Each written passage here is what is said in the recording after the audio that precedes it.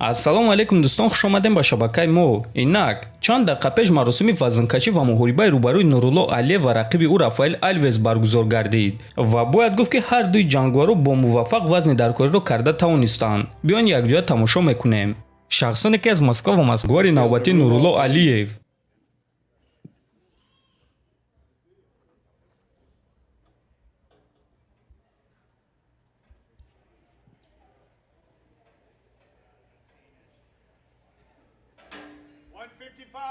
ҳафтод килограмму 310 грамм вазни расмии Нурулло Алиев.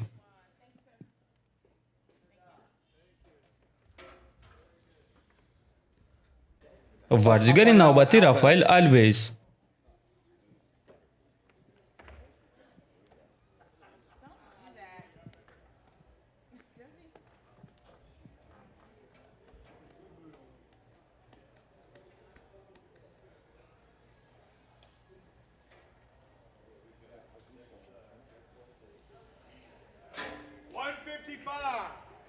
ҳафтод килограмму 300 грамм вазни расмии РАФАЕЛ Алвес.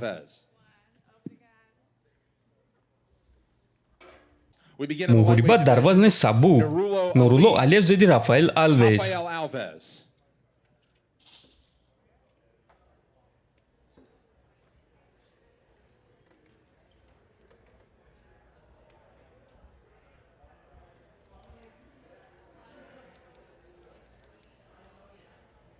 дӯстон, хотиррасон мекунем ки муҳориба шаби 25 ба 26 феврал баргузор мегардад. дар навори навбатӣ мо ба шумо маълумоти пурра медиҳем ки дар куҷо ва соати чанд шумо пахши мустақими ин турнирро тамошо карда метонед. барои ҳамин дар канали мо ҳатман обуна шуда зангулачаро пахш кунед, то ин ки аз ҳама хабарҳо бохабар бошед.